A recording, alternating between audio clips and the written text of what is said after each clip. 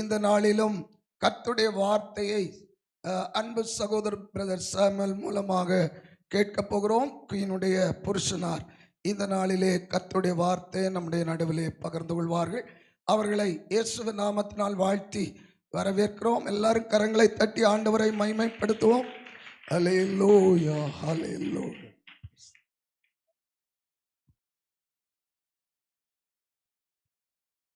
அல்லேலூயா, அல்லேலூயா. கர்த்தருடைய நல்ல பரிசுத்த நாமம் மகிமைப்படுவதாக. இந்த நேரத்திலும் எங்களை இந்த இடத்திலே பயன்படுத்துகிற தேவாதி தேவனுக்கு நாங்கள் நன்றி செலுத்துகிறோம். அதே போல இந்த சபை போதகர், அதே போல இந்த சபையில் உள்ள விசுவாச குடும்பங்கள் ஒவ்வொருத்தரையும் நாங்கள் இயேசு கிறிஸ்துவ நாமத்தினாலே வாழ்த்துகிறேன், வரவேற்கிறேன், என்னுடைய நன்றியை ஏறெடுக்கிறேன். குறிப்பாக என்னுடைய மனைவியின் குடும்பத்தாரை நான் வாழ்த்தி வரவேற்று அவர்களுக்கு நன்றி செலுத்துகிறேன். இந்த நேரத்திலே காலம் சென்ற என்னுடைய மாமாவையும் நான் நினைவு வருகிறேன். கர்த்தர் எனக்கு நல்ல ஒரு குடும்பத்தை தந்திருக்கிறார். நல்ல ஒரு சாட்சி உள்ள ஒரு குடும்பத்திலிருந்து ஒரு பொண்ணை எனக்கு தந்திருக்கிறார் என்பதிலே நான் மிகவும் மகிழ்ச்சி அடைகிறேன், சந்தோஷம் அடைகிறேன். நீங்கள் எல்லாரும் சந்தோஷமாக இருக்கிறீர்கள் என்று விசுவாசிக்கிறேன். ஆமென். அல்லேலூயா, அல்லேலூயா. பக்கத்தில் இருக்கவங்கள பார்த்து சொல்லுங்க, நீங்க எல்லாரும் இயேசுவுக்கு ரொம்ப பிரியமானவங்க. பக்கத்தில் இருக்கவங்கள பார்த்து சொல்லுங்க.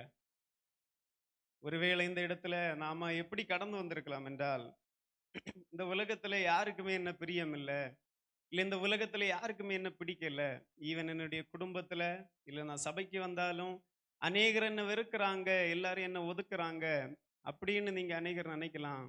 ஆனா இயேசு எப்படி நினைக்கிறவர் என்றால், ஒவ்வொருத்தரையும் முக்கியமானவர்களாக இயேசுவை பொறுத்தவரையில எல்லாருமே எப்படிப்பட்டவங்கன்னா முக்கியமானவங்க. நீங்க இப்ப உங்க குடும்பத்துல எடுத்துக்கொள்ளுங்க. ஒருவரை நம்ம நல்ல முக்கிய ஸ்தானத்துல வச்சிருப்போம், இன்னொருத்தரை பின்னாடி தான் வச்சிருப்போம். அவ்வளவு முக்கியத்துவம் கொடுக்க மாட்டோம்.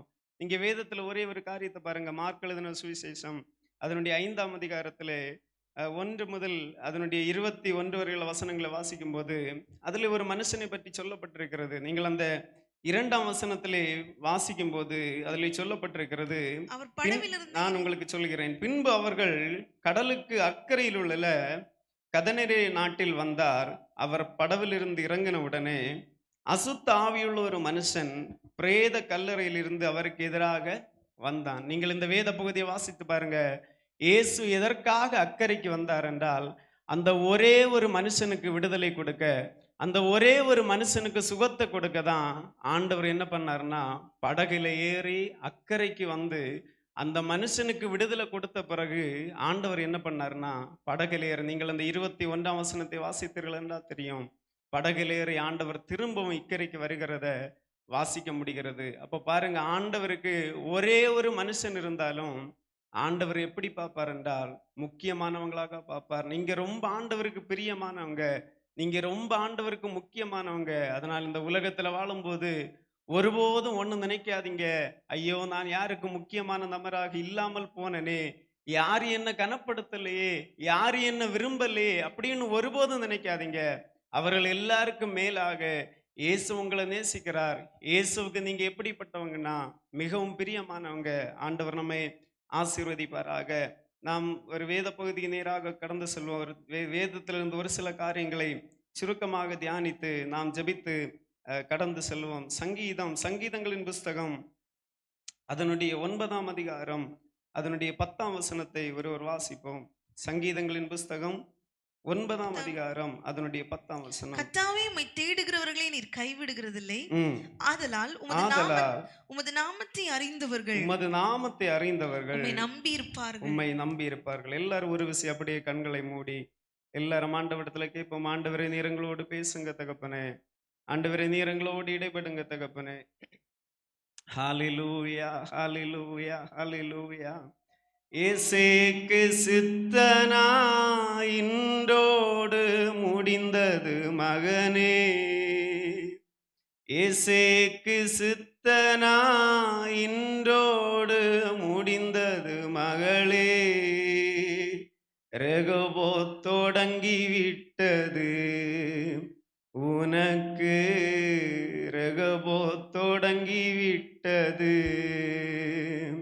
நான் உனக்கு போதித்து நடக்கும் பாதையில் நாள்தோறும் காட்டுவேன் பயப்படாதே. நான் உனக்கு போதித்து நடக்கும் பாதையில் நாள்தோறும் காட்டுவேன் பயப்படாதே. கர்த்தர் நிச்சயமாய் உன்னோடு இருக்கிறார் என்று, கர்த்தர் நிச்சயமாய் உன்னோடு இருக்கிறார் என்று அநேகர் அறிந்து கொள்வார்கள். இது முதல் அநேகர் அறிக்கை செய்வார்கள். நான் உனக்கு போதித்து நடக்கும் பாதை நாள்தோறும் காட்டுவேன் பயப்படாதே. நான் உனக்கு போதித்து நடக்கும் பாதையை நாள்தோறும் காட்டுவேன் பயப்படாதே. அன்பின் தகப்பனை ஒரு விசை கூட ஆண்டவரே உம்முடைய சமூகத்தை நாங்கள் நோக்கி பார்க்கிறோம். ஆண்டவரே இந்த நேரத்தில் நாங்கள் வாசிக்கப்பட்ட வேத பகுதியிலிருந்து ஆண்டவரே ஒரு சில காரியங்களை தியானிக்க போகிறோம். நீரங்களோடு பேசுங்க, நீரங்களோடு இடைவிடுங்க, பெரிய காரியங்களை செய்யுங்க. தாழ்த்தி உம்முடைய கரத்தில் தருகிறோம். ஏசு கிறிஸ்துவின் மூலம் ஜெபிக்கிறோம் நல்ல பிதாவே, ஆமென். நாம் எல்லாரும் அப்படியே வேதத்தை கரத்தில் எடுத்து அந்த வசனத்தை நாம் எல்லாரும் சேர்ந்து வாசிப்போம். சங்கீதங்களின் புஸ்தகம் 9ஆம் அதிகாரம் அதனுடைய 10வது வசனம். கர்த்தாவே, உம்மை தேடுகிறவர்களை நீர் கைவிடுகிறதில்லை, ஆதலால் உமது நாமத்தை அறிந்தவர்கள் உம்மை நம்பி இருப்பார்கள். கர்த்தருடைய நல்ல பரிசுத்த நாமம் மகிமைப்படுவதாக. ஒரு விசை கூட உங்கள் யாவரையும் இயேசு கிறிஸ்துவ நாமத்தினாலே வாழ்த்துகிறேன், வரவேற்கிறேன். ஆண்டவர் தாமே நம்மை ஆசீர்வதிப்பாராக. இந்த வேத பகுதி நமக்கு எல்லாருக்கும் ரொம்ப தெரிந்த பகுதி. அதுவும் குறிப்பாக சங்கீதம்னு சொன்னாலே நமக்கு எல்லாருக்கும் ரொம்ப பழக்கம். எந்த சங்கீதத்தை கேட்டாலும் ஈஸியாக சொல்லிடுவோம். சின்ன வயசுல இருந்தே பிள்ளைகளை நம்ம படிக்க வைக்கிறது, எல்லா காரியத்திலையும் சங்கீத பகுதியை தான் குறிப்பாக சொல்லி கொடுப்போம். அப்போ இந்த வசனம் குறிப்பாக நாம் இப்போ வாசிக்கப்பட்ட வசனம் அநேகருக்கு நம்ம வாக்குத்தத்தமாக வைத்து ஒரு ஜெபிக்கிற ஒரு வசனமாக இருக்கும். அநேக இடத்துல செய்திகளில் கேட்டிருப்போம். அதே பகுதியிலிருந்து ஒரு சின்ன காரியத்தை நாம் சுருக்கமாக தியானித்து ஜெபித்து கடந்து செல்வோம். நாம் தியானிக்க போகிற தலைப்பு என்னவென்றால், தேவனை தேடுகிறவர்களை கைவிடாதவர், இல்லை என்றால் தம்மை தேடுகிறவர்களை கைவிடாத தேவன். பக்கத்தில் இருக்கவங்களை பார்த்து சொல்லுங்க, தம்மை தேடுகிறவர்களை கைவிடாத தேவன். பக்கத்தில் இருக்கவங்க தூங்கிட்டு இருந்தாங்கன்னா எழுப்பி சொல்லுங்க, தம்மை தேடுகிறவர்களை கைவிடாத தேவன்.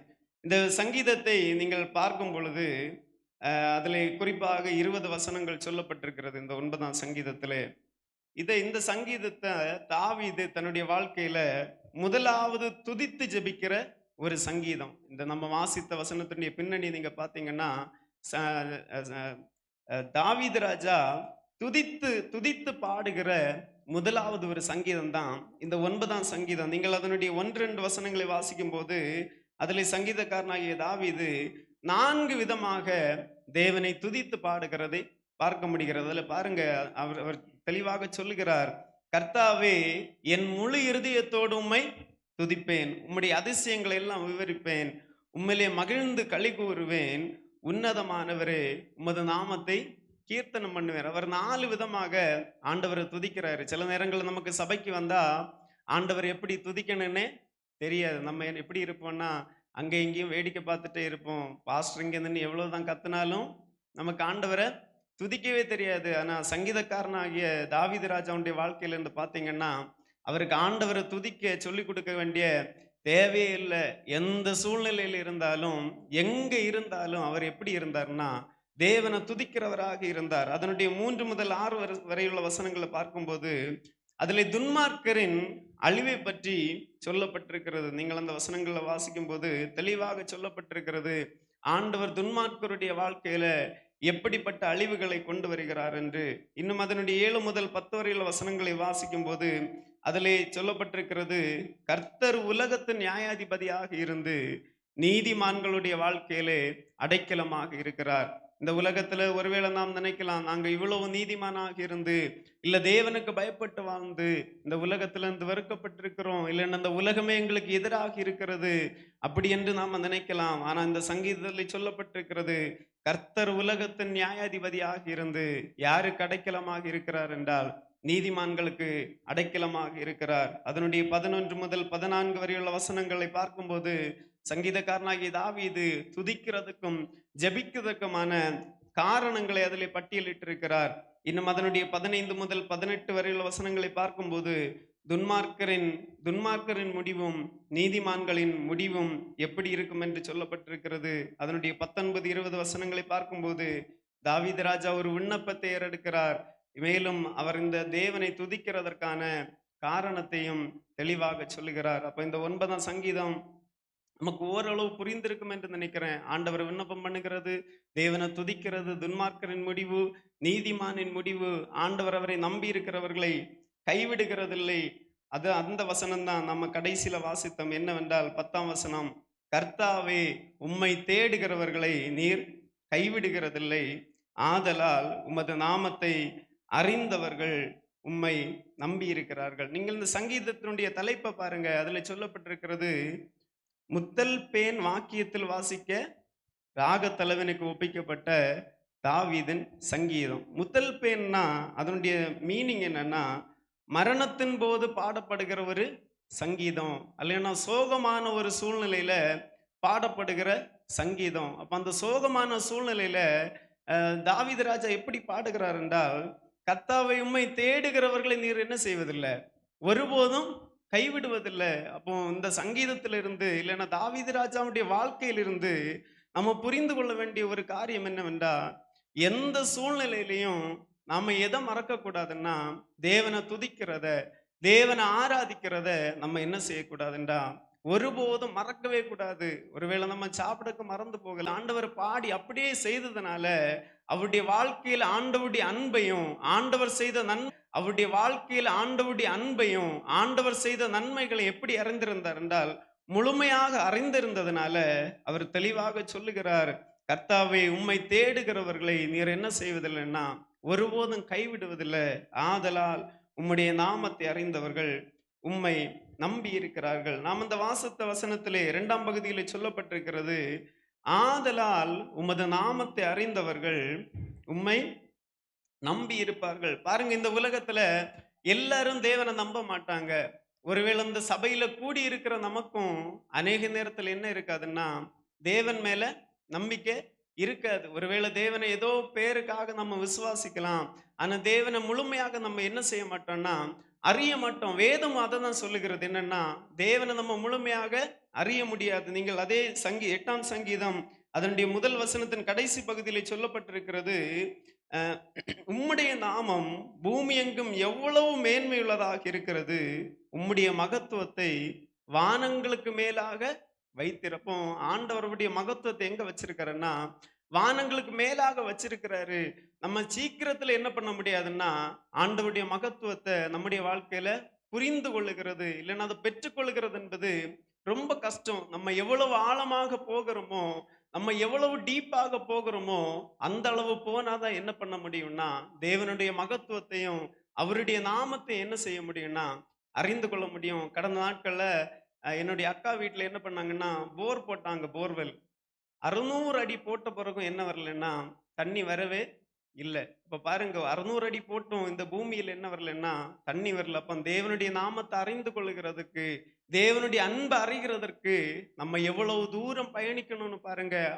எவ்வளவு அதிகமாக செல்லுகிறோமோ, எவ்வளவு அதிகமாக ஆழமாக நம்ம செல்லுகிறோமோ, அவ்வளவுக்கு அதிகமாக என்ன செய்ய முடியும் என்றால் நாம் தேவனை தேட முடியும், தேவனை தேடினா கண்டடைய முடியும். ஆனா இதெல்லாம் இருந்தாலும் அந்த 10ஆம் வசனத்துல சொல்லப்பட்டிருக்கிறது, கர்த்தாவை உம்மை தேடுகிறவர்களை நீர் என்ன செய்வதில்லைன்னா ஒருபோதும் கைவிடுவதில்லை. அப்ப தேவன் இந்த காலை நேரத்தில் நமக்கு நம்பிக்கையான ஒரு வார்த்தையை தருகிறார். என்னவென்றா, என்னை தேடுகிற யாரையும் நான் என்ன செய்வதில்லைன்னா ஒருபோதும் கைவிடுவதில்லை. இந்த உலகத்துல நீங்க பாருங்க, நம்ம கிட்ட ஏதாச்சும் ஒரு சின்ன உதவி கேட்டு வந்தாலே, நம்ம தேடி வந்தாலே நம்ம என்ன பண்ணுவோம், அநேகர் என்ன பண்ணுவோம்னா நம்மளால முடிந்த உதவியை செய்வோம். எப்படியாச்சும் இவருக்கு இந்த உதவியை செய்யணும் அப்படின்னு செய்துடுவோம்.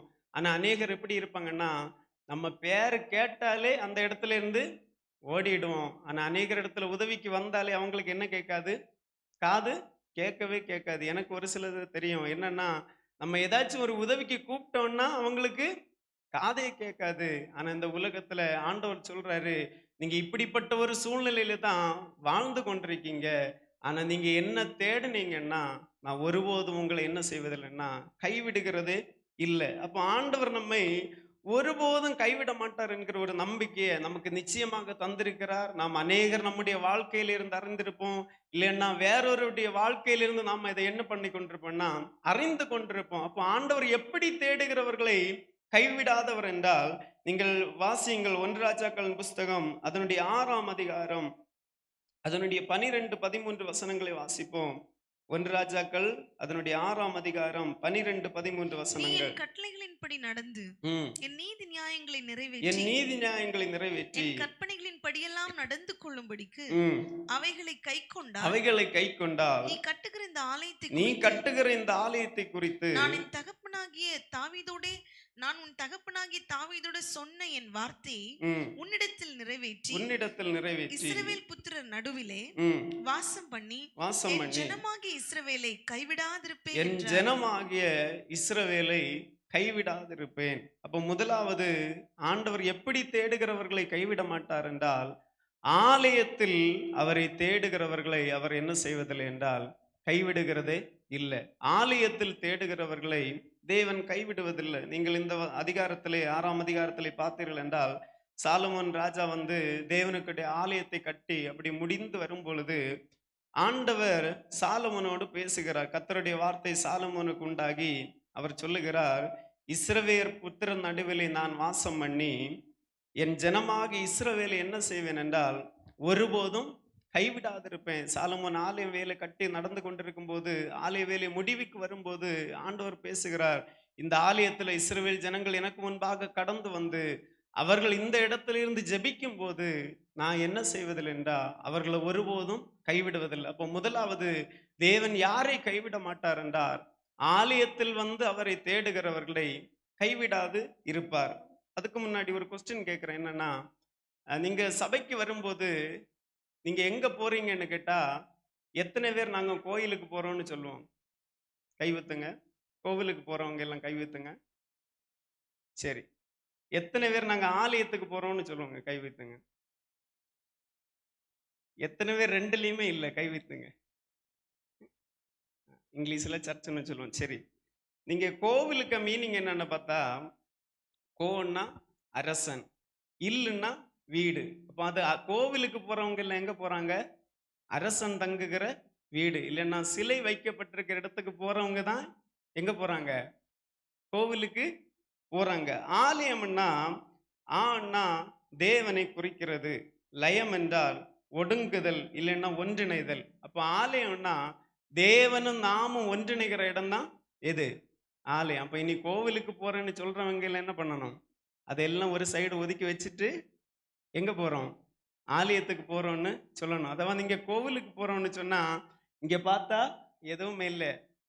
கோயில்ல என்ன இருக்கும்? சிலை தான் இருக்கும். ஆலயத்துல தேவனும் நாமும் ஒன்றிணைகிற இடம் தான் ஆலயம். அப்போ நம்ம எங்க போறோம் என்றால் ஒவ்வொரு நாளும் ஆலயத்துக்கு போகிறோம். அப்போ ஆலயத்துக்கு போய் தேவனை தேடுகிறவர்களை தேவன் என்ன செய்வதில்லைன்னா ஒருபோதும் கைவிடுகிறது இல்லை. நீங்கள் வேதத்துல பாருங்க, சங்கீதம் அதனுடைய 11ஆம் அதிகாரம் அதனுடைய 4ஆம் வசனத்தை நாம் வாசிக்கும் போது, சங்கீதம் அதனுடைய 11:4, கர்த்தர் தம்முடைய பரிசுத்த ஆலயத்தில் இருக்கிறார். அப்ப ஆலயத்துல நம்ம எதற்காக போனோம்னா, ஆண்டவர் வாசம் பண்ணுகிற இடம் தான் எதுன்னா ஆலயம். அப்போ ஆண்டவர் வாசம் பண்ணுகிற இடத்துல போய் நம்ம ஆண்டவரை தேடும் போது ஆண்டவர் என்ன செய்ய மாட்டார்னா நிச்சயமாக கைவிட மாட்டார். இன்னும் நீங்கள் 122ஆம் சங்கீதம் அதனுடைய 1ஆம் வசனத்தை வாசிக்கும் போது அதில் சொல்லப்பட்டிருக்கிறது, கர்த்தருடைய ஆலயத்துக்கு போவோம் வாருங்கள் என்று எனக்கு அவர்கள் சொன்னபோது மகிழ்ச்சியாக இருந்தேன். அப்போ ஆலயத்துல என்ன இருக்கிறதுன்னா ஒரு மகிழ்ச்சி இருக்கிறது, ஒரு சந்தோஷம் இருக்கிறது, நம்முடைய வாழ்க்கையில ஒரு களிப்பு இருக்கிறது. நீங்க வேற எங்கெல்லாமோ அநேக இடத்துக்கு போறீங்க, ஆனா அந்த இடத்துல எல்லாம் உங்களுக்கு என்ன கிடைக்காதுன்னா சந்தோஷம் கிடைக்காது, மகிழ்ச்சி கிடைக்காது, ஒரு சமாதானமே அந்த இடத்துல கிடைக்காது. ஆனா தேவனுடைய ஆலயத்துல வரும்போது நமக்கு என்ன கிடைக்கிறதுன்னா ஒரு சந்தோஷம் கிடைக்கிறது, மகிழ்ச்சி கிடைக்கிறது. நான் என்னுடைய வாழ்க்கையில ஒரு ஒரு குறிக்கோள் வச்சிருக்கேன். குறிக்கோள் இல்ல, எப்படின்னா பிரின்சிபல் பாலிசி வச்சிருக்கேன். என்னன்னா, சபைக்கு எப்போ வரணும்னா ஆராதனை தொடங்குறதுக்கு முன்னாடி வரணும். நீங்க என்னுடைய சபையில எங்களுடைய சபையில பாத்தீங்கன்னா 9 மணிக்கு ப்ரேயர்னா நான் 8 மணிக்கு 8:10க்கு முன்னாடி எங்க போயிடுவேன்னா சபைக்கு போயிடுவேன். அப்ப அந்த எனக்கு பாலிசி என்னன்னா 9 மணிக்கு பாஸ்டர் இங்க வர்றதுக்கு பின்னாடி வரவங்க எல்லாம் மகிழ்ச்சி இல்லாதவங்க. சங்கீதக்காரனாகிய தாவீது சொல்றாரு, கர்த்தருடைய ஆலயத்துக்கும் வாருங்கள் என்று சொன்னபோது மகிழ்ச்சியா இருந்தது. அப்ப லேட்டா வரவங்க எல்லாம் எப்படிப்பட்டவங்க? மகிழ்ச்சி இல்லாம, சரி நம்ம எதுக்கோ போவோம், ஆண்டவரை ஆராதிப்போம், பாஸ்டர் ஏதாச்சும் சொல்லுவாரு, நாங்களும் கூட ஏதாச்சும் சேர்ந்து பாடி அப்படி இப்படி போலான்னு வாரவங்க தான் எப்படிப்பட்டவங்க? லேட்டா வாரவங்க. அதனால என்ன பண்ணணும்னா, ஆண்டவருக்கு எவ்வளவு முக்கியத்துவம் கொடுக்கணுமோ அவ்வளவு முக்கியத்துவம் நம்ம கொடுக்கும்போது, நமக்கு கொடுக்க வேண்டிய முக்கியத்துவத்தை ஆண்டவர் நமக்கு கேட்காமல் என்ன செய்வார்னா நிச்சயமாகவே கொடுப்பார். அதனால ஆலயத்துக்கு நான் எங்க போனாலும் இதை எப்படியாச்சும் ஒரு விதத்துல இதை சொல்லிதான் அவன் ஆலயத்துக்கு என்ன ஆனாலும் என்ன வரணும், எப்படி வரணும், லேட்டா வரணும். ஒரு சில காரணங்களை நம்ம தவிர்க்கவே முடியாது. அப்படிப்பட்டதை விட்டுடுங்க. மற்ற நேரங்கள்ல நமக்கு நேரம் இருக்கும்போது என்ன செய்யணும்னா, 7:30க்கு ஆராதனையா 7:25 நம்ம இங்க வந்து இருக்கணும். வேற ஒரு இடத்த நீங்க எடுத்துக்கொள்ளுங்க. ஒரு திருமணமாக இருக்கட்டும், இல்லைன்னா ஒரு இன்டர்வியூக்கு நம்ம போகிறோம். எப்போ போவோம்?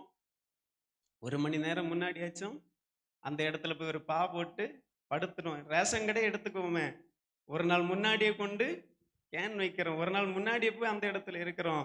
ஆனா தேவனுடைய ஆலயம்னு சொன்னா நமக்கு கொஞ்சம் கஷ்டமாகத்தான் இருக்கு. அப்போ சங்கீதக்காரன் சொல்லுகிறார், கர்த்தருடைய ஆலயத்துக்கு போவோம் வாருங்கள் என்று சொன்ன போது எனக்கு எப்படி இருந்துச்சாம்? மகிழ்ச்சியாக இருந்தது. அப்போ அந்த முழு மகிழ்ச்சியை நம்ம பெற்றுக்கொள்ளணும்னா தேவனுடைய ஆலயத்துக்கு நிச்சயமாக கடந்து வர வேண்டும். இன்னும் நீங்கள் சங்கீதம் 52 அதனுடைய 8ஆம் வசனத்திலே சொல்லப்பட்டிருக்கிறது, நான் தேவனுடைய ஆலயத்திலே பச்சையான ஒலிவ மர கன்று போல இருக்கிறேன். பச்சையான ஒலிவ மர கன்று. நீங்கள் ஒலிவ மரத்துக்கு ஸ்பெஷாலிட்டியை பார்த்தீங்கன்னா, நோவாவினுடைய நாட்கள்ல பார்த்தீங்கன்னா 150 நாட்கள் என்ன இருந்துச்சுன்னா தண்ணி இருந்துச்சு. ஆனா அந்த தண்ணி வற்றதுக்கு பிறகு எது மட்டும் நிலைத்திருந்தா, ஒலிவ மரம் மட்டும் எந்த ஒரு சேதம் ஆகாம அப்படியே நின்னுச்சு. அப்ப பாருங்க, கர்த்தருடைய ஆலயத்துல நம்ம எப்படிப்பட்டவங்கன்னா பச்சையான ஒலிவ மரத்தை போலவங்க. என்ன துன்பங்கள் வந்தாலும், என்ன பிரச்சனைகள் வந்தாலும், நோவனுடைய நாட்கள்ல மொத்தமாக எல்லாமே அழிக்கப்பட்டது. எந்த மரமோ செடியோ கொடியோ ஒன்று இல்லாத நாட்களிலும் எது மட்டும் நின்னுதுன்னா ஒலிவ மரம் மட்டும் நின்னு. அப்போ ஆண்டவருடைய ஆலயத்துல வந்து நம்ம ஆண்டவரை தேடும் போது எந்த சூழ்நிலையிலும் நம்ம எப்படி இருப்போம் என்றா பச்சையான ஒலிவ மரத்தை போல இருப்போம். இன்னும் நீங்கள் சங்கீதம் அதனுடைய 27ஆம் அதிகாரம் அதனுடைய 4ஆம் வசனத்திலே சொல்லப்பட்டிருக்கிறது, அவர் ஆண்டவருடைய ஆலயத்திற்கு எதற்கு வருகிறார் என்றால், ஆண்டவருடைய ஆலயத்துல வந்து ஆராய்ச்சி செய்து அவருடைய மகிமையை பார்க்கிறதற்காக ஆலயத்துக்கு வருகிறார். நம்ம ஆலயத்துக்கு எதற்கு வரோம்? ஆண்டவருடைய மகிமை ஆராய்ச்சி செய்ய வருகிறோமா, இல்ல பக்கத்துல இருக்கவங்களை ஆராய்ச்சி செய்ய வருகிறோமா, இல்ல பாஸ்டர் ஆராய்ச்சி செய்ய வருகிறோமான்னு நமக்கே தெரியாது. ஆனா சங்கீதக்காரனாகிய தாவீது சொல்லுகிறாரு, நான் ஆலயத்துக்கு எதுக்கு போகிறேன்னா தேவனை தேவனை என்ன செய்யணுமா, ஆராய்ச்சி செய்யணும். அவருடைய மகிமை இன்னும் நான் அறியணும். அவருடைய மகிமையை நான் இன்னும் எப்படி பெற்றுக்கொள்ளலாம், அவருடைய அன்பை நான் இன்னும் எப்படி அதிகமாக பெற்றுக்கொள்வேன், அவரிடத்துல இருந்து வருகிற ஆசீர்வாதங்களை நன்மைகளை நான் எவ்வளவு அதிகமாக பெற்றுக்கொள்வேன்னு ஒரே ஒரு எண்ணத்துல ஒரே ஒரு ஆராய்ச்சியில அவர் தேவ சமூகத்துல வருகிறத பார்க்க முடிகிறது. அப்போ தேவனுடைய சமூகத்துக்கு வரும்போது, தேவனுடைய ஆலயத்துக்கு வரும்போது நம்ம என்ன ஆராய்ச்சி செய்ய வேண்டும்னா, நான் இன்னும் தேவனிடத்துல எப்படி நெருங்குவேன், என்னுடைய தவறுகளை எல்லாம் ஆண்டவருடைய சமூகத்துல எடுத்து சொல்லி எப்படி ஆண்டவருக்கு கிட்ட சேருவேன், அப்படி என்கிற ஒரே ஒரு நோக்கத்தோடு ஆண்டவருடைய சமூகத்துல வருவோம் என்றால் நிச்சயமாகவே ஆண்டவர் நம்முடைய வாழ்க்கையில பெரிய காரியங்களை செய்ய வல்லமை உள்ளவராக இருக்கிறார். பாருங்க, இதோடு மட்டுமல்ல, நீங்கள் புதிய ஏற்பாட்டுல வாசித்தீங்கன்னாலும் தேவனுடைய ஆலயத்துக்கு அதிகமான முக்கியத்துவத்தை கொடுக்கப்பட்டிருக்கிறது. நீங்கள் மார்க் எழுதின சுவிசேஷம் 6ஆம் அதிகாரம் அதனுடைய 2ஆம் வசனத்தில் சொல்லப்பட்டிருக்கிறது, இயேசுவானவர் என்ன பண்ணார்னா தேவாலயத்திலிருந்து உபதேசம் பண்ணி கொண்டிருக்கிறார். இன்னும் நீங்கள் அப்போஸ்தல நடபடிகள் 17ஆம் அதிகாரம் அதனுடைய 17ஆம் வசனம், 18ஆம் அதிகாரம் 19ஆம் வசனம், 26ஆம் அதிகாரம் அதனுடைய 19 26ஆம் அதிகாரத்துல எல்லாம் நீங்கள் பார்க்கும்போது தேவனுடைய வசனத்தை பற்றி, தேவனுடைய ஆலயத்துல வந்தா அவருடைய உபதேசம் கிடைக்கிறது, தேவனுடைய ஆலயத்துல வந்தா நாங்கள் போதிக்கப்படுகிறோம், அப்படி என்று தேவனுடைய ஆலயத்துல வருகிற நன்மைகளை பற்றி அநேகம் சொல்லப்பட்டிருக்கிறது. நீங்க பழைய ஏற்பாட்டுல பார்த்தாலும் சரி, புதிய ஏற்பாட்டுல பார்த்தாலும் சரி, தேவனுடைய ஆலயத்துல வருகிற நன்மைகளை வேதத்துல அதிகமாக சொல்லப்பட்டிருக்கிறது. அதனாலதான் சங்கீதக்காரனாகிய தாவீது சொல்லுகிறாரு, தேவனுடைய ஆலயத்துல வந்து தேடுகிறவர்களை அவர் என்ன செய்வதில்லைன்னா கைவிடுவதே இல்லை. ஆண்டவரே சொன்னாரு, இந்த இடத்துல வந்து என்ன தேடுகிறவர்களை நான் என்ன செய்கிறது இல்லைன்னா கைவிடுகிறதே இல்லை. ஒருவேளை அநேக இடங்களுக்கு நம்ம அநேகரை தேடி போயிருப்போம். ஆனா அந்த இடத்துல எல்லாம் போய் கைவிடப்பட்டிருப்போம். ஆனா நான் ஒரே ஒரு காரியம் சொல்லுகிறேன், நீங்க தேவனுடைய ஆலயத்துல வந்து ஆண்டவரை தேடி பாருங்க. நிச்சயமாகவே நான் விசுவாசிக்கிறேன், நீங்க எந்தெந்த சூழ்நிலைகளை கைவிடப்பட்டீர்களோ, எந்தெந்த சூழ்நிலையில ஒதுக்கப்பட்டீர்களோ, அதற்கு நேர்மாறாக நீங்க தேவனுடைய ஆலயத்துல வந்து அவரை தேடும் போது அவர் உங்களை ஒருபோதுமே கைவிட மாட்டார். அந்த சூழ்நிலை எவ்வளவு பெரியதாக இருந்தாலும் சரி, அந்த சூழ்நிலை எவ்வளவு மோசமாக இருந்தாலும் சரி, நீங்க தேவனுடைய ஆலயத்துல வந்து தேடும் போது நிச்சயமாகவே ஆண்டவர் உங்களை கைவிட மாட்டார். நான் ஒரு 2 சாட்சிகளை உங்களுக்கு முன்பாக சொல்லுகிறேன். எங்களுடைய குடும்பத்துல நடந்த சாட்சியை நான் உங்களுக்கு சொல்லுகிறேன். தேவனுடைய ஆலயத்துல வந்து ஆண்டவரை தேடுகிற மகத்துவத்தை பற்றி உங்களுக்கு சொல்லுகிறேன். ஒரு ஊழியக்காரர் குடும்பத்துல நடந்தது இந்த 2 காரியங்களும் கடந்த வருடத்துல நடந்தது. அவர்கள் என்னிடத்துல ஷேர் பண்ணாங்க. என்னன்னா, ஊழியத்துல ரொம்ப நெருக்கப்பட்டாங்க. ஒரு சில குடும்பங்கள் அவர்களுக்கு விரோதமாக எழும்பி மனசளவுல ரொம்ப தளர்ந்து, இனி நாங்கள் ஊழியமே செய்யல. நான் அவங்க ஒரு டெஸ்டினேஷனே வச்சாங்க. நான் இந்த இடத்துல போய் இந்த பாலத்துல இருந்து கீழே சாடி குதித்து என்ன பண்ணுவேன்னா என்னுடைய வாழ்நாளை முடித்து கொள்ளுவேன் அப்படின்னு ஒருவர் நினைத்து, அந்த ஊழியத்தில் உள்ள ஒருவர் நினைத்து என்ன செய்தாருண்டா, அது ஒரு நாளை தனக்கென்று குறித்து கொண்டார். ஓகே, ஊழியத்தில் இவ்வளவு கஷ்டம் இருக்கிறது, இவ்வளவு நாங்க நெருக்கப்படுகிறோம், அதனால இந்த நாள்ல நான் இந்த இடத்துல போய் குதித்து என்னுடைய உயிரை மாட்டு கொள்ளுவேன் அப்படின்னு சொல்லிட்டு தன்னுடைய மனசுல ஒரு தேதியும் குறித்து வைத்துட்டு, சரி அது இருக்கட்டும், அதுக்கு முன்னாடி நான் ஆண்டவருடைய ஆலயத்துல போயிருந்து ஜெபித்து பார்க்கட்டுமே அப்படின்னு சொல்லி தன்னுடைய நேரத்தை என்ன பண்ணாருன்னா ஆலயத்திலே செலவிட விட்டார். எப்பொழுதும் ஆலயத்திலே இருந்து ஜெபம் பண்ணி கொண்டே இருந்தார். ஆண்டவர் சொப்பனத்திலே அவர்களுக்கு பேசி எச்சரித்தார், இல்ல நீ இப்படி பண்ணவே கூடாது, உன்னை நான் இன்னும் இதற்கு அதிகமாக ஆசீர்வதிப்பேன்னு சொல்லி அப்படிப்பட்ட ஒரு பெரிய சூழ்நிலையில் இருந்து அவர்களை ரட்சித்தார். இனி ஒரு குடும்பம் எப்படி என்றால், அவர்கள் ஊழியத்திலே தான் இருக்கிறார்கள். ஊழியத்திலே ரொம்ப நெருக்கப்பட்டார்கள். உடனே அவங்க 2 பேரும் எடுத்த தீர்மானம் என்னன்னா, நம்ம இனி இந்த ஊழியத்தையே விட்டுட்டு, இனி இந்த ஊழியமே எங்களுக்கு வேண்டாம், இந்த ஊழியத்தை விட்டுட்டு நம்ம ஏதாச்சும் ஒரு பிசினஸ் பண்ணுவோம், நம்ம சொந்த ஊருக்கு போவோம், அங்க ஏதாச்சும் பண்ணி நம்ம பிழைச்சுக்கலாம், இல்லைன்னா யாருமே இல்லாத ஒரு இடத்துக்கு போவோம், அங்க போய் ஏதாச்சும் பண்ணி பிழைச்சுக்கலாம்னு சொல்லி தங்களுக்குள்ளே ஒரு தீர்மானம் எடுத்தார்கள். அந்த தீர்மானத்தை எடுத்த பிறகும் அவங்க என்ன பண்ணாங்கன்னா, ஆண்டவருடைய ஆலயத்துல வந்து முழங்கால்ல நின்னு முழங்காலே நடப்பாங்களாம். முழங்காலே நடந்து நடந்து பிரேயர் பண்ணுவாங்க. முழங்கால் எல்லாம் அப்படி ரத்தம் வந்து துணி எல்லாம் பிளட்டாக இருக்கும். அந்த அளவுக்கு ஆண்டவரிடத்துல போராடி ஜெபித்தாங்க. ஆனா தேவன் என்ன செய்தார் என்றால் அவர்களை கைவிடவே இல்லை. அந்த இடத்துல தேவன் அவர்களுக்கு நல்ல ஒரு சமாதானமான நிலையை கட்டளையிட்டார். தேவன் அதே இடத்துல அவர்களுக்கு ஊழியத்துல ஒரு உயர்வையும் கட்டளையிட்டார். அப்ப இதன் மூலம் நான் என்ன சொல்ல வருகிறேன்னா, நீங்க உங்களை யார் வேணா கைவிடலாம், யார் வேறனா வெறுத்து தள்ளலாம், ஆனா நீங்க தேவனுடைய ஆலயத்துல வந்து அவரை தேடினீங்கன்னா, நான் விசுவாசிக்கிறேன், நான் தேவனுக்குள்ள நம்புகிறேன் என்னன்னா, ஆண்டவர் நம்மை ஒருபோதும் கைவிடாத தேவன். நீங்கள் வேதத்திலே அநேக காரியங்களை பார்க்கலாம். நீங்கள் 1 சாமுவேல் அதனுடைய 1ஆம் அதிகாரம் அதனுடைய 10, 11 வசனங்களை நாம் வாசிப்போம். அவள் போய் மனங்கசந்து மிகவும் அழுது கர்த்தரை நோக்கி விண்ணப்பம் பண்ணி, சேனைகளின் கர்த்தாவே, தேவரீர் உம்முடைய அடியாளின் சிறுமையை கண்ணோக்கி பார்த்து உம்முடைய அடியாளை மறவாமல் நினைத்தருளி உமது அடியாளுக்கு ஒரு ஆண் பிள்ளை கொடுத்தார். உமது அடியாளுக்கு ஒரு ஆண் பிள்ளை கொடுத்தால் அவன் உயிரோடு இருக்கும் சகல நாளும் நான் அவனை கர்த்தருக்கு ஒப்பு கொடுப்பேன், அவன் தலையின் மேல் சவகரன் கத்தி படுவதில்லை என்று ஒரு பொருத்தனை பண்ணி கொண்டார். நமக்கு எல்லாருக்கும் ரொம்ப தெரிந்த பகுதி அன்னாளை குறித்து. நமக்கு எல்லாருக்கும் ரொம்ப தெரியும்.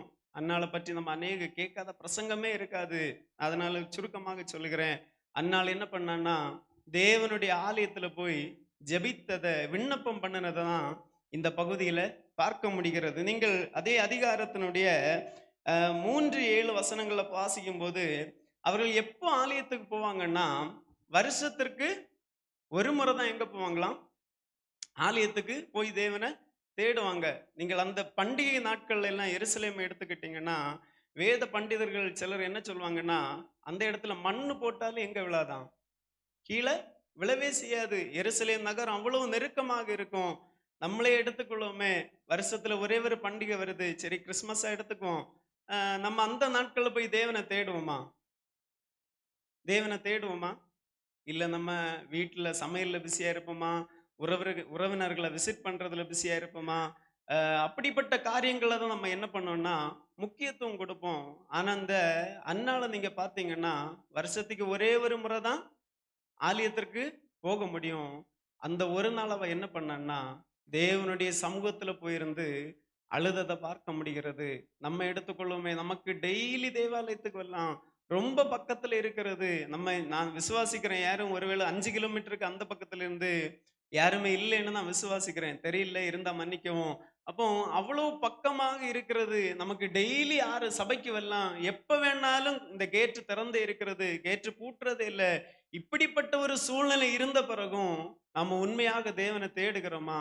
இல்ல உண்மையாக தேவனுடைய ஆலயத்துல வந்து அவரை தேடுகிறோமான்னு ஒரு கேள்வியை நீங்க உங்களுக்குள்ளே கேளுங்க. ஒருவேளை நீங்க நினைக்கலாம், நான் வீட்ல இருந்து தேவனை தேடுகிறேனே, நான் வீட்ல இருந்து எப்பவும் தேவனை நினைச்சுக்கிட்டு தான் இருக்கேன். ஆனா ஓகே, அது நல்லதுதான்.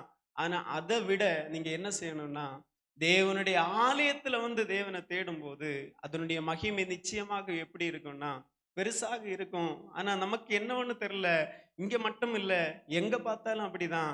தேவனுடைய சபை பக்கத்துல இருக்கிறதுனாலயோ இல்லைன்னா சபை என்னைக்கும் திறந்து இருக்கிறதுனாலயோ தெரியல, காலமே எல்லாம் யாரையும் வந்து ஜெபிக்கிறத பார்க்கவே என்ன செய்ய முடியாது, முடியவே முடியாது. ஆனா இன்னைக்கு காலம் நான் வரும்போது அதுல ஒரு கட்டில் போட்டிருந்தது.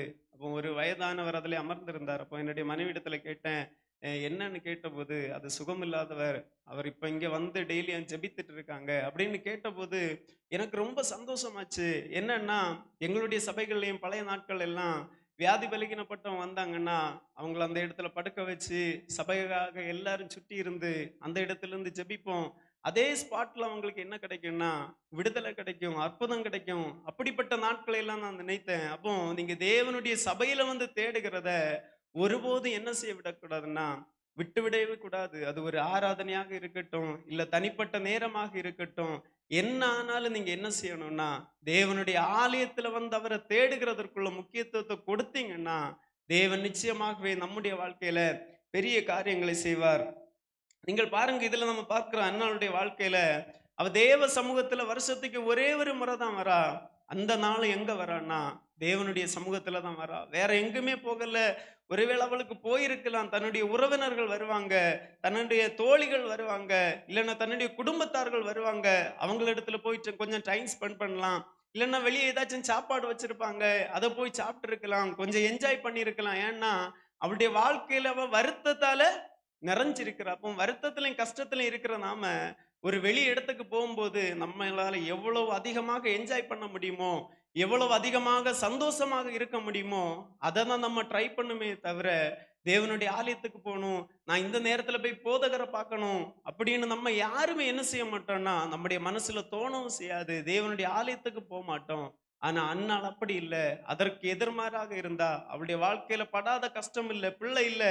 நீங்கள் அதிலே வாசிக்கும் போது தெரியும், அந்த 1ஆம் அதிகாரத்துல பிள்ளை இல்லாம கஷ்டப்படுகிறா, எல்லா சூழ்நிலையிலும் நெருக்கப்படுகிறா. ஆனா அந்த சூழ்நிலையில அவர் என்ன செய்தாள் என்றால் தேவனுடைய ஆலயத்துல போய் ஜெபித்ததை அவ மறக்கவே இல்லை. தேவனுடைய சமூகத்துல போய் நான் ஆண்டவரை தேடணுங்கிறத அவ மறக்கவே இல்லை. பாருங்க, அவள் ஆலயத்துல போய் தேவனை தேடும் போதும் அந்த இடத்துல என்ன வருகிறதுன்னா சின்ன பிரச்சனைகள் வருகிறது. ஊழியக்காரர் சொல்லுகிறா, நீ வெறித்திருக்கிற, அதனாலதான் நீ இப்படி இருக்கிற அப்படின்னு சொன்ன போதும் அவ எதிர்வாக்கு பேசாம எப்படி இருந்தான்னா மௌனமாக இருந்து அதே இடத்துல இன்னும் ஆண்டவர் அதிகமாக தேடினாலே தவிர அதே இடத்துல இருந்து திரும்பி செல்லவில்லை. அதற்கு பிரதிபலனாக நீங்கள் என்ன கிடைத்ததுன்னா, நீங்கள் அதனுடைய கீழே உள்ள வசனங்களை வாசிக்கும் போது தெரியும்.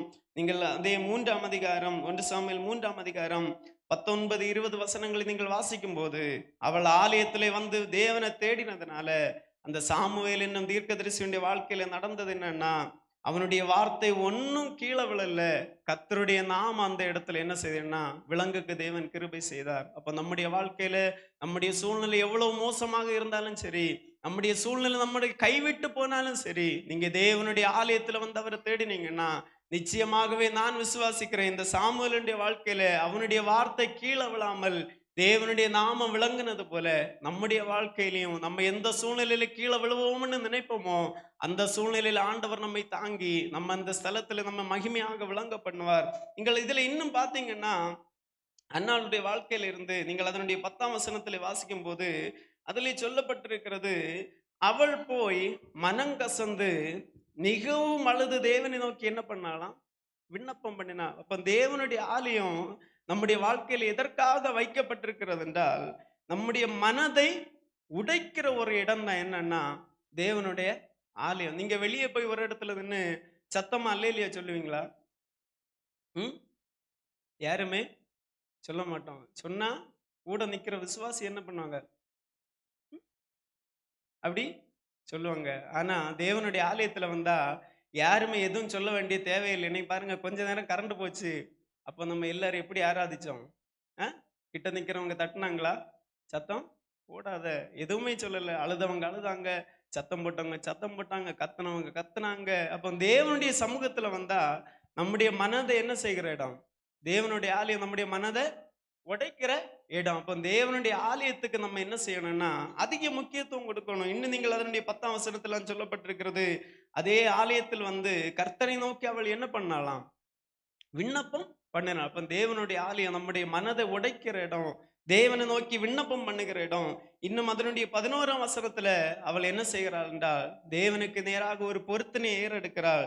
ஆண்டவரே, இந்த ஒரு மகனை எனக்கு தந்தா நான் என்ன செய்வேன்னா உம்முடைய ஊழியத்துக்காக ஒப்பு கொடுப்பேன். சவகரன் கத்தி அவன் தலையின் மேல படுவதில்லைன்னு ஒரு பொருத்தனை செய்கிறார். அப்ப தேவனுடைய ஆலயம் எப்படிப்பட்டது என்றால், நம்முடைய வாழ்க்கையிலே பொருத்தனைகளை ஏறெடுக்கும் இடம். இன்னும் அதனுடைய 12ஆம் வசனத்தில் சொல்லப்பட்டிருக்கிறது, கர்த்தருடைய சன்னதியில் வெகு நேரம் விண்ணப்பம் பண்ணுகிற போது. அப்போ அன்னாளுடைய வாழ்க்கையில தேவனுடைய ஆலயம் எப்படி இருந்ததென்றால் வெகு நேரம் விண்ணப்பம் பண்ணுகிற இடமாக இருந்தது. அப்ப தேவனுடைய ஆலயத்துக்கு வந்தவரை தேடுகிறவர்கள் அவர் கைவிட மாட்டார். ஏன்னா ஆண்டவருக்கு தெரியும், என்னுடைய ஆலயத்துக்கு வந்தா அவங்க ஏதோ வீட்டுல ஜெபிக்கிற மாதிரி 5 நிமிஷம் ஆனதும் குக்கரை போய் பார்ப்பாங்க, இல்லைன்னா புருஷன் கூப்பிட்டாருன்னு போவாங்க, இல்லைன்னா என்னுடைய பிள்ளை கூப்பிட்டாங்கன்னு போவாங்க. அப்படி இல்லை, ஆலயத்துல வந்தா யாருமே என்ன பண்ண மாட்டாங்க, யாரும் எந்த டிஸ்டர்புமே இருக்காது. வெகு நேரம் நம்ம என்ன செய்யலைன்னா விண்ணப்பம் பண்ணலாம். அண்ணாலும் அதே தான் செய்தா. ஆலயத்துல போய் வெகு நேரம் விண்ணப்பம் பண்ணினாள். இன்னும் அதனுடைய 17ஆம் வசனத்தில் சொல்லப்பட்டிருக்கிறது, அவளுக்கு விண்ணப்பத்திற்கு பதில் கிடைத்த எது என்று சொன்னால் தேவனுடைய ஆலயம். அப்போ நம்முடைய வாழ்க்கையில் அநேக விண்ணப்பங்களுக்கு இதுவரைக்கும் பதில் கிடைக்காம இருக்கலாம். இதுவரைக்கும் எனக்கு இந்த விண்ணப்பத்துக்கு பதில் கிடைக்கவில்லையே அப்படின்னு இருக்கலாம். நான் அவர்களுக்கு சொல்லுகிறேன், நீங்க தேவனுடைய ஆலயத்துல வந்து முழங்கால் படியிட்டு தேவனிடத்துல வேண்டுதல் செய்து பாருங்க. எப்படி ஆண்டவர் அண்ணாளுடைய வாழ்க்கையில அவளுடைய விண்ணப்பத்துக்கு பதில் கொடுத்தாரோ, அதே போல நம்முடைய வாழ்க்கையிலையும் அவர் விண்ணப்பத்திற்கு பதில் செய்ய வல்லமையுள்ளவராக இருக்கிறார். இன்னும் அதனுடைய 18ஆம் வசனத்திலே பார்க்கும்போது அதிலே சொல்லப்பட்டிருக்கிறது, அவள் ஆலயத்திற்கு வந்து தேவனை தேடினதுனால அதற்கு பின்பு அவள் எப்படி இருக்கவில்லை என்றால் துக்கமுகமாக இருக்கவே இல்லை. அப்ப நம்ம ஆலயத்துக்கு எதற்கு வரோம்னா நம்முடைய கண்ணீர்களையும் கவலைகளையும் போக்குறதுக்காக தான் ஆலயத்துக்கு வந்து தேவனை தேடுகிறோம். அப்போ நான் உங்களுக்கு ஒரே ஒரு காரியம் சொல்லுகிறேன், என்னன்னா ஒருபோதும் ஆலயத்துக்கு வந்து தேவனை தேடுகிறத நீங்க மறக்கவே கூடாது. நீங்க வீட்டில இருந்து தேடலாம், ஓகே, நல்லது நல்லது. ஆனா அதை விட முக்கியமானது எதுன்னா நீங்க ஆலயத்துக்கு வந்து தேடணும். ஏன் இந்த அண்ணாளுடைய வாழ்க்கையில வீட்டில இருந்தே தேடலாமே, வீட்டில இருந்தே ஆண்டவரை கூப்பிட்டு இருக்கலாமே. எல்லா வருஷமும் எருசலேமுக்கு வந்துதான் ஆண்டவரை தேடணும்னு எந்த ஒரு அவளுக்கு யாரும் சொல்லல. நீ ஆலயத்துக்கு போய் தான் ஆண்டவரை தேடணும், அப்படின்னா தான் உனக்கு ஆசீர்வாதங்கள் கிடைக்கும், அப்படின்னா தான் உனக்கு நன்மைகள் கிடைக்கும் அப்படின்னு யாரும் அவளுக்கு சொல்லியும் கொடுக்கல. ஆனா அவளுக்கு தெரிந்திருந்தது என்னன்னா, நான் தேவ சமூகத்துல போய் தேவனுடைய ஆலயத்துல போயிருந்து அவரை தேடினா எனக்கு கிடைக்காத நன்மைகளும் எனக்கு கிடைக்காத ஆசீர்வாதங்களும் என்னுடைய வாழ்க்கையில மறைக்கப்பட்ட ஆசீர்வாதங்களும் கட்டப்பட்டிருக்கிற ஆசீர்வாதங்களை என்ன செய்யணும்னா தேவனுடைய ஆலயத்துல போய் தேடனா எனக்கு வெளிப்படு என்பதை அறிந்து அவ என்ன செய்தான்னா தேவனுடைய ஆலயத்துல வந்து ஆண்டவரை தேடினாள். இன்னும் நீங்கள் அப்போஸ்தலர் நடவடிக்கைகள் அதனுடைய 3ஆம் அதிகாரம் அதனுடைய 3 முதல் 10 வரையில வசனங்களை வாசிக்கும் போது அதுலயும் சொல்லப்பட்டிருக்கிறது என்னென்றால், ஒரு வியாதிப்பட்டவனை தேவனுடைய ஆலயத்துக்கு முன்பாக வைத்திருக்கிறார்கள்.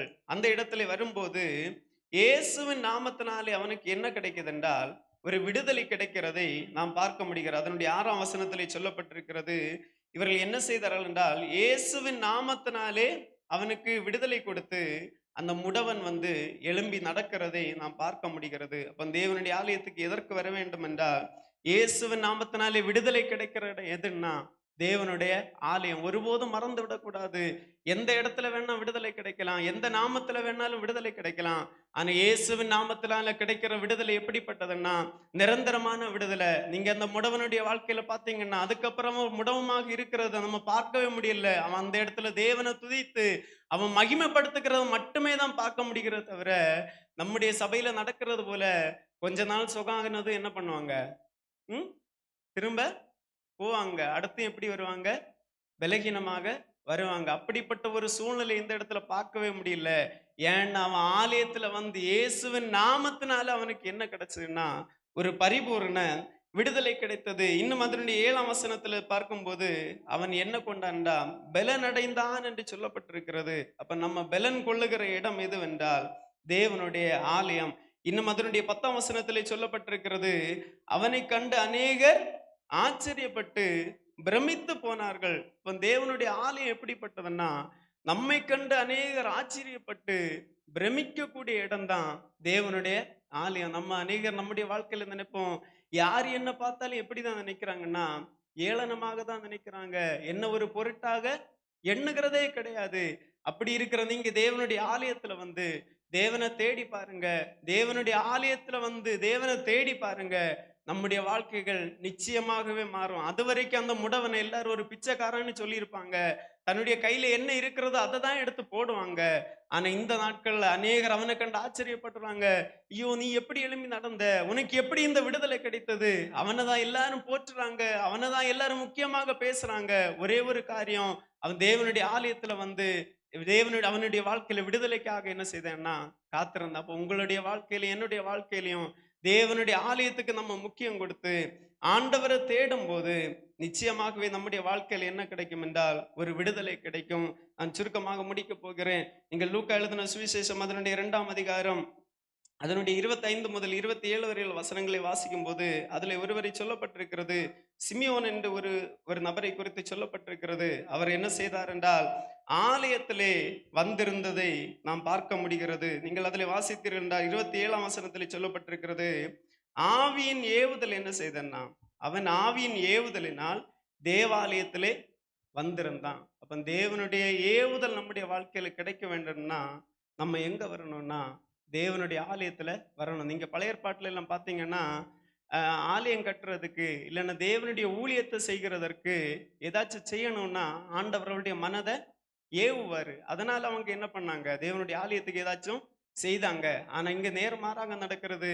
அவன் ஆலயத்துக்கு வந்ததுனால அவன் என்ன பண்ணப்படுகிறான்னா ஏவப்படுகிறான். அப்போ ஒரு ஏவுதல், நமக்குள்ள ஒரு உந்துதல், நமக்குள்ள இன்னும் உற்சாகம், நம்ம இன்னும் அதிகமாக செய்யணும், ஆண்டவருக்காக அதிகமாக உழைக்கணும் அப்படின்னு நினைக்கிறவங்க எங்க வர வேண்டிய இடம் எதுவென்றால் தேவனுடைய ஆலயம். இன்னும் அதனுடைய 26 29 வசனங்களை பார்க்கும்போது அதுல சொல்லப்பட்டிருக்கிறது, வாக்கு தத்தங்கள் நிறைவேறுகிற இடம் எதுவென்றால் தேவனுடைய ஆலயம். நான் வந்தது இந்த வசனத்தை பார்த்தேன், ஜெயமோ கர்த்தரால் வரும், ஜெயத்தின் ஆண்டு. அப்ப நம்முடைய வாழ்க்கையில நீங்க இந்த வாக்கு தத்துவத்தை விசுவாசிக்கிறீங்க, ஒரு ஜெயத்தின் ஆண்டாக நீங்க இதை நினைக்கிறீங்க.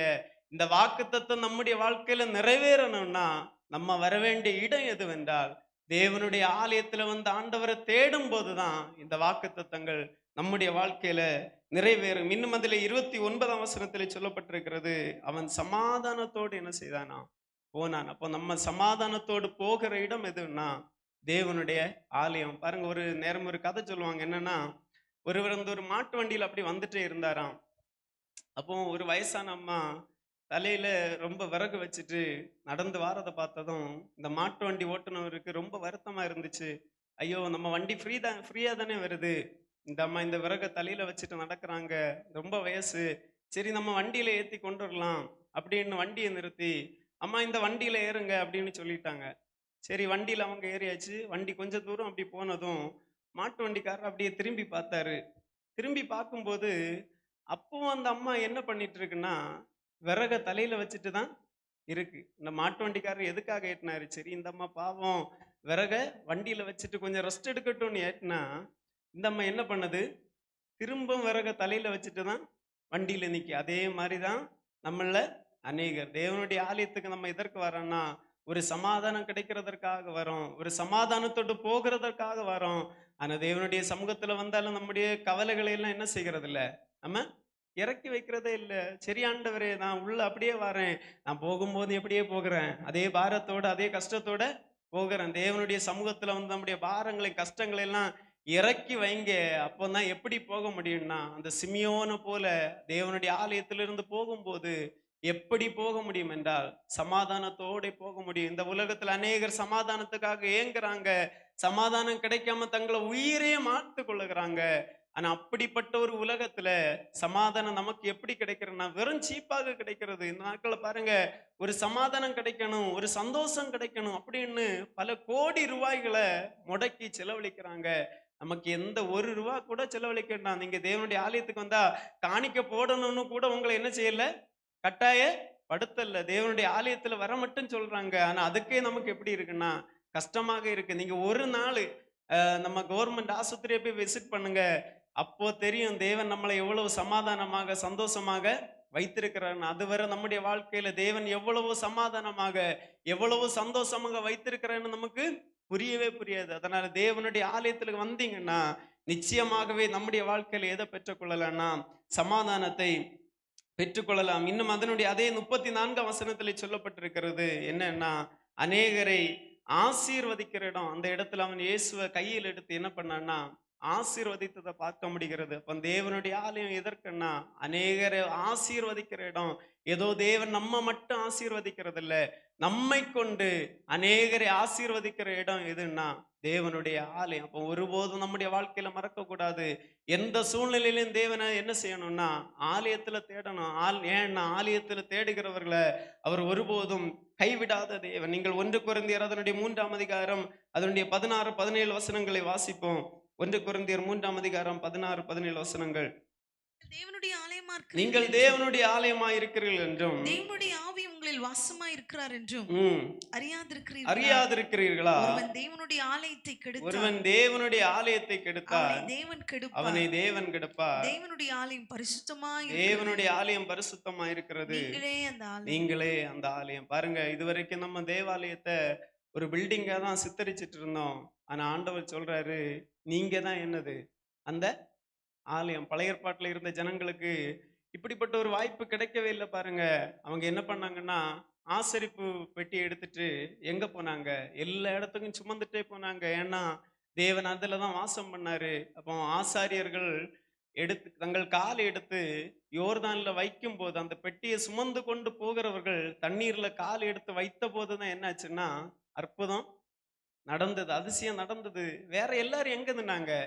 பின்னாடிதான் நின்னாங்க. அவங்களுக்கு அந்த ஆசரிப்பு பெட்டி பக்கத்துல போறவர், தேவனுடைய பெட்டியின் பக்கத்துல போறதுக்கு கூட என்ன கிடைக்கலன்னா வாய்ப்பு கிடைக்கவே இல்லை. அநேகர் வாஞ்சித்திருப்பாங்க, ஐயோ எனக்கு அதை சுமக்கிறதுக்கு ஒரு பாக்கியம் கிடைக்காதா அப்படின்னா, நான் வந்து தண்ணீர்ல கால் வச்சதும் அநேக அற்புதங்கள் நடந்திருக்குமே, அநேக விடுதலைகள் நடந்திருக்குமே அப்படின்னு அநேகர் எதிர்பார்த்தாங்க, ஏங்கினாங்க.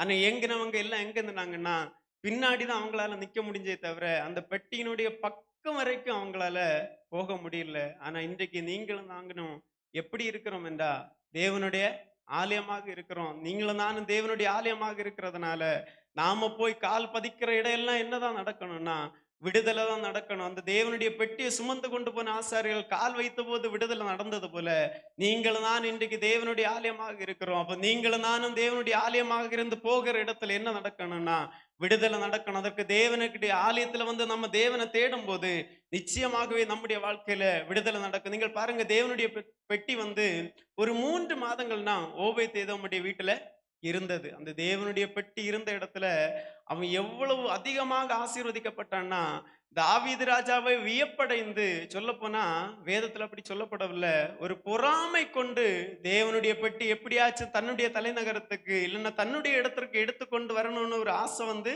அவனுடைய மனசுல வரத்தக்கதாக ஒரு காரியம் நடந்தது. வெறும் 3 மாசம் தான் ஓபேத்-ஏதோமுடைய வீட்டுல தேவனுடைய பெட்டி இருந்தது. அந்த 3 மாதங்கள்ல அவன் பல மடங்கு ஆசீர்வதிக்கப்பட்டான். அப்ப அன்றைக்கு தேவனுடைய பெட்டி இருந்ததுனால அவன் ஆசீர்வதிக்கப்பட்டான். இன்னைக்கு நம்ம தேவனுடைய ஆலயமாக இருக்கிறதுனால என்ன பண்ணப்பட்டு கொண்டிருக்கிறோம் என்றால் ஆசீர்வதிக்கப்பட்டு கொண்டே இருக்கிறோம். ஆனா நமக்கு ஒரு ஞாபகம் இருக்கணும், ஒரு நினைவு இருக்கணும், இன்று நீங்களும் நான் எப்படி இருக்கிறோம் என்றால் தேவனுடைய ஆலயமாக இருக்கிறோம் என்ற ஒரு ஞாபகம், ஒரு நினைவு நமக்குள்ள இருக்குமானால் நிச்சயமாகவே தேவன் நம்மை ஆசீர்வதிக்க வல்லமையுள்ளவராக இருக்கிறார். ஒரே ஒரு வசனத்தை கூட சொல்லுகிறேன். நீங்கள் 2 நாளாகமம் அதனுடைய 7ஆம் அதிகாரம் அதனுடைய 14, 15 வசனங்களை வாசிப்போம். 2 நாளாகமம் 7ஆம் அதிகாரம் அதனுடைய 14, 15 வசனங்கள். என் நாமம் தரிக்கப்பட்ட என் ஜனங்கள் தங்களை தாழ்த்தி ஜெபம் பண்ணி என் முகத்தை தேடி என் முகத்தை தேடி தங்கள் பொல்லாத வழிகளை விட்டு தங்கள் பொல்லாத வழிகளை விட்டு திரும்பினால் அப்பொழுது பரலோகத்தில் இருக்கிற நான் கேட்டு அவர்கள் பாவத்தை மன்னித்து அவர்கள் தேசத்துக்கு சேமத்தை கொடுப்பேன். இந்த ஸ்தலத்திலே செய்யப்படும் ஜெபத்திற்கு என் கண்கள் திறந்தவைகளும் என் செவிகள் கவனிக்கிறவைகளுமா இருக்கும். தேவன் எந்த ஸ்தலத்தை சொல்லுகிறார்னா தேவனுடைய ஆலயத்தை குறித்து சொல்லுகிறார். ஆண்டவர் சொல்றாரு, இந்த ஸ்தலத்துல செய்யப்படுகிற ஜெபத்திற்கு என் கண்கள் எப்படி இருக்கும்னா திறந்தவைகளும் என் செவிகள் கவனிக்கிறவைகளுமாக இருக்கும்னு ஆண்டவர் சொல்றாரு. பாருங்க, ஏன் ஆண்டவர் தெளிவாக சொல்லுகிறாருன்னா, நீ தேவாலயத்துல வந்து தேடணும்னா நான் உன்னை கைவிடாது இருப்பேன். ஆண்டவர் உறுதியாக சொல்றாரு, நம்பிக்கையாக சொல்றாரு. அது ஏன் அவர் சொல்றாருன்னா, இந்த இடத்துல வந்து நீ செய்யப்படுகிற ஜெபத்துக்கு என் கண் எப்பவும் திறந்திருக்கும், என் செவிகள் எப்பவும் எப்படி இருக்குன்னா கவனிக்கிறதாக இருக்கும். அநேகர் இடத்துல நம்முடைய விண்ணப்பங்களை சொல்லுவோம், நீங்க இதற்காக ஜெபிங்கன்னு சொல்லுவோம். ஒருவேளை அந்த நேரத்துக்காக அவங்க ஜெபிக்கலாம், இல்லைன்னா ஏதோ 1-2 வாட்டி நமக்கு ஞாபகம் வரும்போது ஜெபிக்கலாம், அவ்வளவுதான், அதோட விட்டுடுவாங்க. ஆனா ஆண்டவர் சொல்றாரு, என்ன சொல்றாரு பாருங்க, இந்த இடத்துல நீ வந்து ஜெபிச்சேன்னா என்னுடைய கண் என்ன செய்யும்னா திறந்தவைகளாக இருக்கும். என்னுடைய கண் ஒண்ணு என்ன செய்யும்னா பார்த்துட்டே இருக்கும். என்னுடைய செவி என்ன செய்யும்னா சுற்றி இருந்து எவ்வளவு சத்தம் வந்தாலும் நீ செய்கிற ஜபத்துக்கு என்னுடைய செவி எப்படி இருக்குன்னா கவனிக்கிறதாக இருக்கும். அப்ப தேவனுடைய ஆலயத்துல வந்து நிச்சயமாக நாம் அவரை வந்து தேடணும்னா இந்த ஸ்தலத்துல நீங்க இருக்கிற இடத்துல செய்யப்படுகிற ஜபமானாலும் சரி, வேண்டுதலானாலும் சரி, அவருடைய கண்கள் எப்படி இருக்குன்னா திறந்து அவருடைய செவிகள் கவனிக்கிறவர்களுமாக இருக்கும். எல்லாரும் ஒரு இருக்கிற இடங்களை கண்களை மூடி நம்ம ஆண்டவரிடத்துல கேட்போம், ஆண்டவரே தேவனுடைய ஆலயத்துல வந்து நான் நன்மைகளை பெற்றுக்கொள்ளணும். நம்ம தியானித்தோம் என்னன்னா, தேவனை தேடுகிறவர்களை அவர் ஒருபோதும் கைவிடாத தேவன். நமக்கு எல்லாருக்கும் தெரிந்த காரியம்தான், தேவனை தேடின அவர் நம்ம கைவிடுவதே இல்லை. ஆனாலும் யாரை அவர் கைவிடுவதில்லை என்றால் தேவனுடைய ஆலயத்திலே வந்து தேடுகிறவர்களை, தேவனுடைய சமூகத்திலே வந்தவரை தேடுகிறவர்களை அவர் ஒருபோதும் கைவிடாத தெய்வம். அன்னாளுடைய வாழ்க்கையில பார்த்தோம், அன்னாள் எல்லாராலும் மறக்கப்பட்டு எல்லாராலும் கைவிடப்பட்ட ஒரு நிலைமையில இருந்த அன்னாள், அவருடைய என்ன மனதிலே தோன்றினது, நான் வருஷத்துக்கு ஒரு முறை தான் ஆலயத்துக்கு போகிறேன், நான் வருஷத்துக்கு ஒரு முறை தான் பண்டிகை அனுசரிக்க போகிறேன். ஆனா இந்த நேரத்தை நான் என்ன செய்யணும்னா தேவனுடைய ஆலயத்துல போய் செலவிடணும், தேவனுடைய ஆலயத்துல போய் விண்ணப்பம் பண்ணணும் அப்படின்னு அவ தேவனுடைய சமூகத்துல வந்து விண்ணப்பம் பண்ணின போது அவளுடைய வாழ்க்கையில் அவள் பெரிய ஒரு விடுதலை கண்டு கொண்டாள். அவளுடைய வாழ்க்கையில் அவள் கிடைத்ததாத ஒரு பெரிய மகிழ்ச்சி அவள் கண்டு கொண்டாள். நம்ம வேதத்துல வாசிக்கிறோம், அவள் அதற்கு பின்பாக எப்படி இருக்கவில்லை என்றால் துக்கமுகமாக இருக்கவே இல்லை. நம்ம இன்று அநேகருடைய வாழ்க்கையில சஞ்சலமும் தவிப்பும் பிரச்சனைகளும் தோல்விகளும் அப்படிப்பட்ட ஒரு சூழ்நிலைகளை தான் இருக்கிறோம். அந்த சூழ்நிலையில நீங்க ஆண்டவருடைய சமூகத்துல வந்து தேவனுடைய ஆலயத்துல வந்து தேவனை தேடி பாருங்க. அன்னாளுடைய வாழ்க்கையில எப்படிப்பட்ட ஒரு விடுதலை நடந்ததோ நான் விசுவாசிக்கிறேன், அதே போல ஒரு விடுதலையை தேவன் நம்முடைய வாழ்க்கையில செய்ய வல்லமை உள்ளவராக இருக்கிறேன். எனவே எல்லாரும் கேளுங்க, ஆண்டவரிடத்துல, ஆண்டவரே உம்முடைய ஆலயத்துல வந்து தேடுகிற ஒரு வாஞ்சி எனக்கு தாருங்க தகப்பனே. ஆண்டவரே, நான் இதை வீட்டில இருந்து தேடுகிறது மட்டுமல்ல, ஆண்டவரே எங்களுடைய ஆலயத்துல வந்து எங்களுடைய சபையிலே வந்து ஆண்டவரே நான் இன்னும் உம்மை அதிகமாக தேடணும் தகப்பனே. தேவாலயத்துல வந்து தேடுகிற விசேஷத்தை கேட்டோம், அவருடைய கண்கள் எல்லாம் கவனிக்கிறதும் அவருடைய செவிகள் திறந்தவைகளுமாக இருக்கிறது.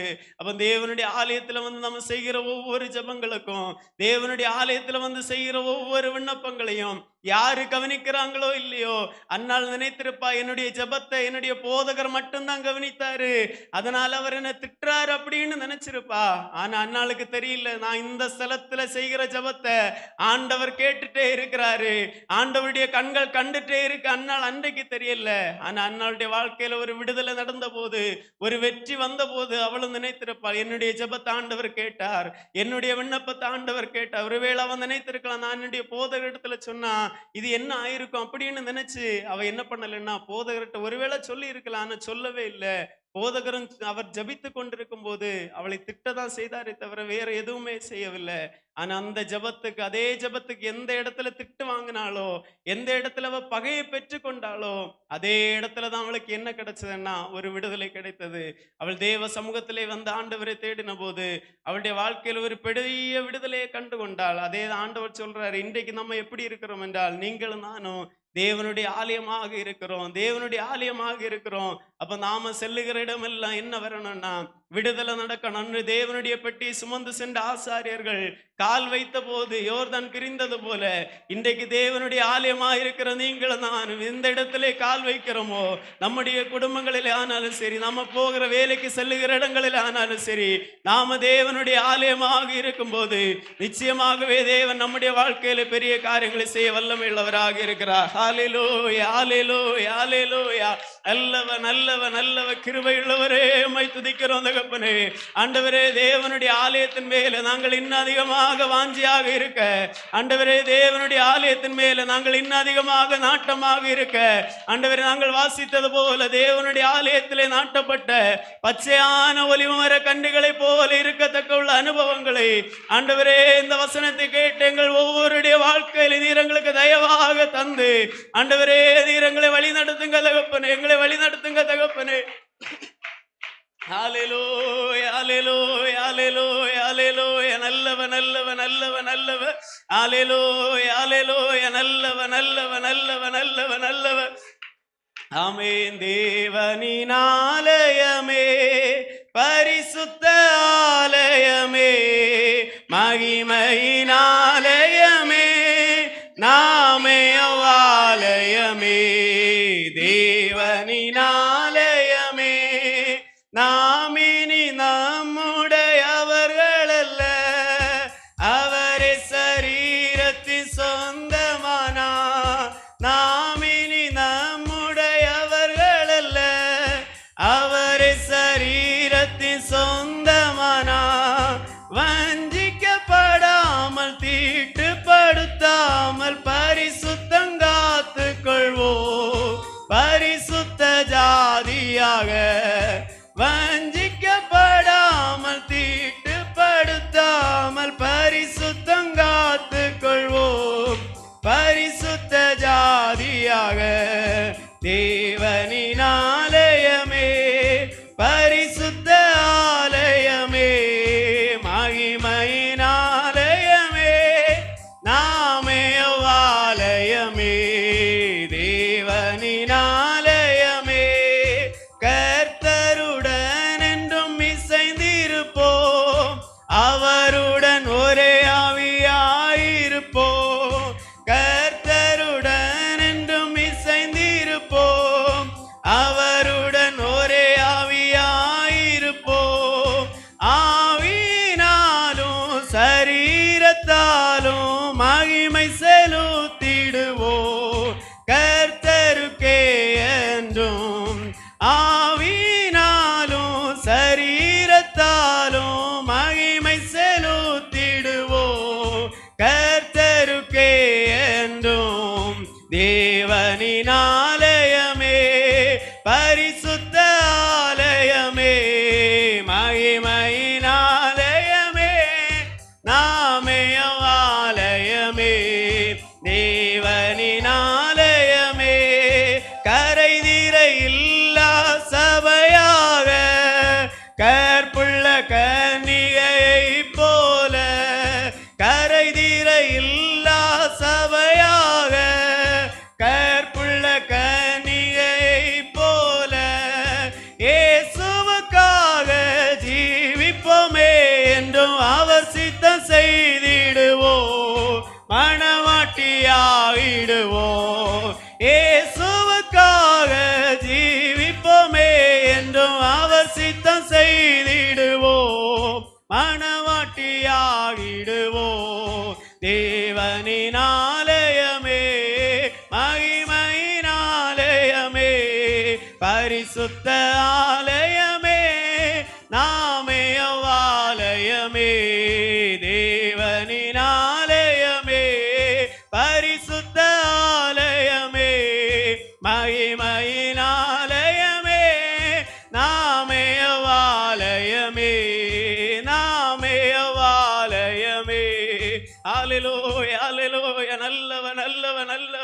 விடபலவல ரீபராதலகர் அந்தராலகரா.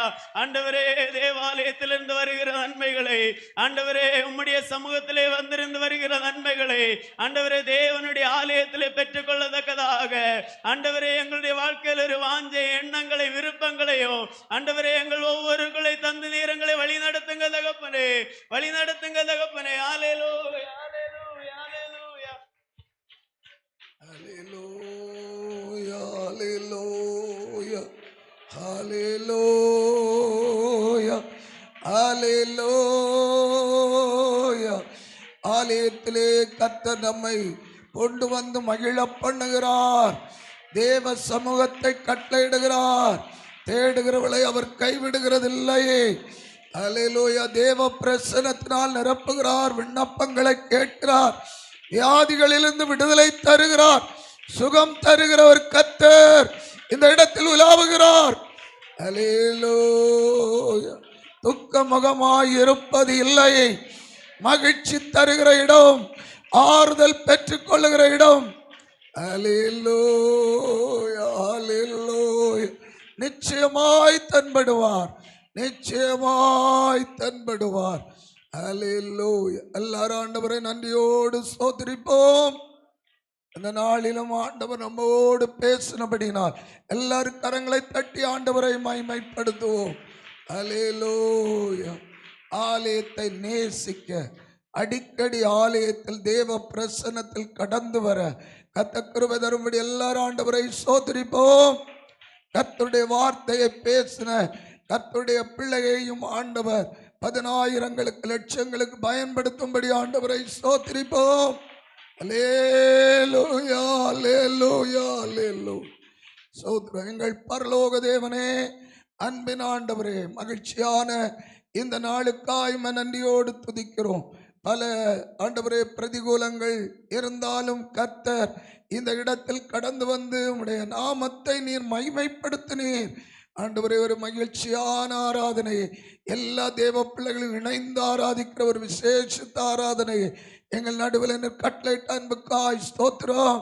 ஆண்டவரே, எங்களோடு நீர் பேசின தயவுக்காய் ஸ்தோத்திரம். ஆண்டவரே ஸ்தோத்திரம். அருகாமையில் இருக்கிறவர்கள் அடிக்கடி ஆலயத்துக்கு வருவதற்கு ஆண்டவரே உணர்த்தப்பட்டிருக்கிறோம். ஆண்டவரே, வந்தால் விடுதலையாய் ஜபிக்கலாமே. வருடத்துக்கு ஒரு முறை வாய்ப்பு கிடைத்த அந்த அந்நாள் கூட அந்த நேரத்தை நன்றாய் பயன்படுத்தினாலே எங்களுக்கு தினந்தோறும் பாக்கியம் இருக்கிறது. வந்து தேவனுடைய அன்பை ருசிக்க, தேவனுடைய கிருபைகளை பெற்றுக்கொள்ள, பாரங்களிலிருந்து விடுதலையாக சுகம் பெற்றுக்கொள்ள, தேவ நன்மைகளை அனுபவிக்க எல்லாருக்கும் கிருபைத்தார். ஆண்டவரே ஸ்தோத்திரம். அந்த எல்லாருக்காகவும் நன்றியோடு துதிக்கிறோம். தொடர்ந்து தேவ கிருபையில மூடிக்கொள்ள இந்த நாட்கள், இந்த நாளின் ஊழிய பகுதிகளையும் கர்த்தர் ஆசீர்வதித்தார். இயேசுவின் நாமத்தில் பிதாவே, ஆம். என் ஆத்துமாவே கர்த்தரை ஸ்தோத்திரி, என் முழுமே அவருடைய பரிசுத்த நாமத்தை ஸ்தோத்திரி. என் ஆத்துமாவே கர்த்தரை ஸ்தோத்திரி, அவர் செய்த சகல உபகாரங்களை மறவாதே. ஆம். நம்முடைய கர்த்தராகிய இயேசு கிறிஸ்துவின் கிருபையும், பிதாவாகிய தேவனுடைய அன்பும், பரிசுத்தாவியானுடைய ஐக்கியமும் சிநேகமும் வழிநடத்துதலும் பாதுகாவல் நம் அனைவரோடும் சகல பரிசுத்தவான்களோடும், வசனத்தை கொடுத்த அன்பு சகோதரனோடும் அவருடைய குடும்பத்தோடும் கர்த்தருடைய வருகை நாள் வரைக்கும் இருப்பதாக. ஆம். அல்லேலூயா, அல்லேலூயா. கர்த்தர் உங்களை எல்லாரையும் ஆசீர்வதிப்பாராக. ஆமென்.